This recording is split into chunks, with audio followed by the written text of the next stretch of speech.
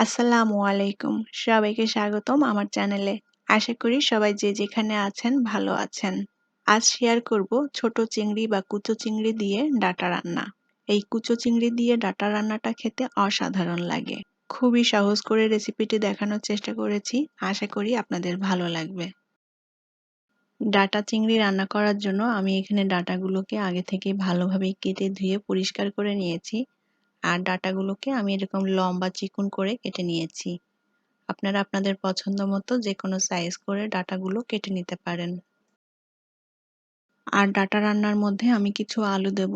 আলু দিয়ে ডাঁটাটা রান্না করলে খুবই ভালো লাগবে। আমি এখানে মাঝারি সাইজের ২টা আলু এরকম লম্বা চিকন করে কেটে নিয়েছি। কড়াইতে পরিমাণ মতো তেল দিয়ে দেব।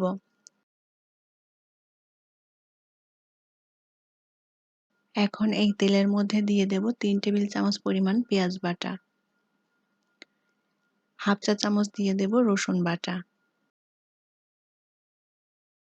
পেঁয়াজ আর রসুনটাকে একটু ভেজে নেব যাতে কাঁচা গন্ধটা চলে যায়।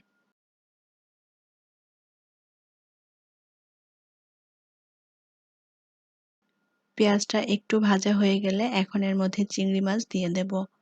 চিংড়ি মাছগুলো খুব ভালোভাবে ধুয়ে পরিষ্কার করে নিয়েছি। এখন পেঁয়াজের সাথে চিংড়িটা একটু ভেজে নেব। কুচো চিংড়ির পরিবর্তে এখানে বড় চিংড়ি দিয়েও ডাঁটাটা রান্না করা যাবে। এখন এর মধ্যে দিয়ে দেব কাঁচামরিচ বাটা। আমি এখানে ২ চা চামচ পরিমাণ কাঁচামরিচ বাটা নিয়েছি। কাঁচামরিচটা এখানে বাটার পরিবর্তে ফালি করে কেটেও দেওয়া যাবে।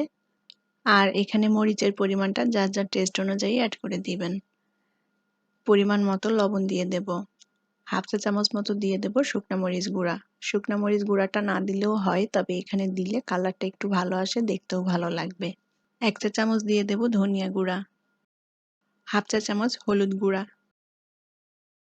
সামান্য পরিমাণ পানি দিয়ে দেব। এবার মশলাটাকে খুব ভালোভাবে নেড়ে কষিয়ে নিতে হবে।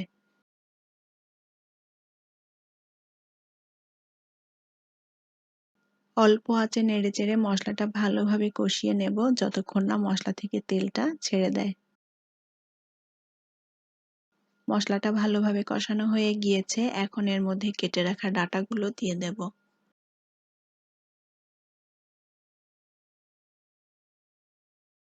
আর দিয়ে দেব আলু।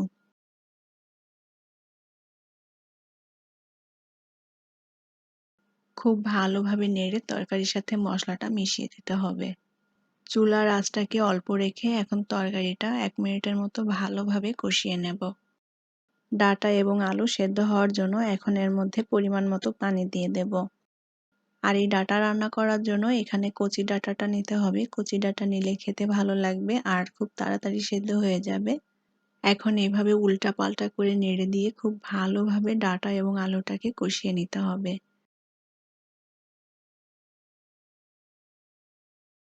ডাঁটা আলু সেদ্ধ হওয়ার জন্য যে পানিটা দিয়েছিলাম, পানিটা শুকিয়ে গিয়েছে। এখন উল্টাপাল্টা করে খুব ভালোভাবে নেড়ে দেব। এখন এর মধ্যে ঝোলের পানি দিয়ে দেব। এই ডাঁটা তরকারির ঝোলটা খুব বেশি রাখবো না, সেই পরিমাণ মতো করেই পানি দিয়ে দিলাম। আমি এখানে প্রায় ১ কাপের মতো পানি দিয়েছি। তরকারির ঝোলটা খুব ভালোভাবে ফুটে উঠেছে। তরকারিটা একবার খুব ভালোভাবে উল্টাপাল্টা করে নেড়ে দেব। এখন এর মধ্যে দিয়ে দেব হাফ চা চামচ পরিমাণ ভাজা জিরা গুঁড়া। আর দিয়ে দেব কিছু ধনিয়া পাতা কুচি। জিরা এবং ধনিয়া পাতা দিয়ে আবারও খুব ভালোভাবে নেড়ে তরকারির সাথে মিশিয়ে দেব। ডাঁটার তরকারিটা প্রায় রান্না হয়ে এসেছে। আমি খুব ভালোভাবে উল্টাপাল্টা করে নেড়ে দেব। আর আলুগুলোকে একটু ভাঙা ভাঙা মতো করে দেব। আলুটা ডাঁটার সাথে এভাবে একটু ভাঙা ভাঙা করে দিলে খেতে ভালো লাগবে। ডাঁটা এবং আলু দিয়ে চিংড়ি মাছের তরকারিটা হয়ে গিয়েছে। এখন চুলা থেকে নামিয়ে নেব। সাদা গরম ভাত দিয়ে ডাঁটা চিংড়ি মাছের এই তরকারিটা খেতে অসম্ভব মজাদার। আশা করি আমার আজকের রেসিপিটি আপনাদের ভালো লেগেছে।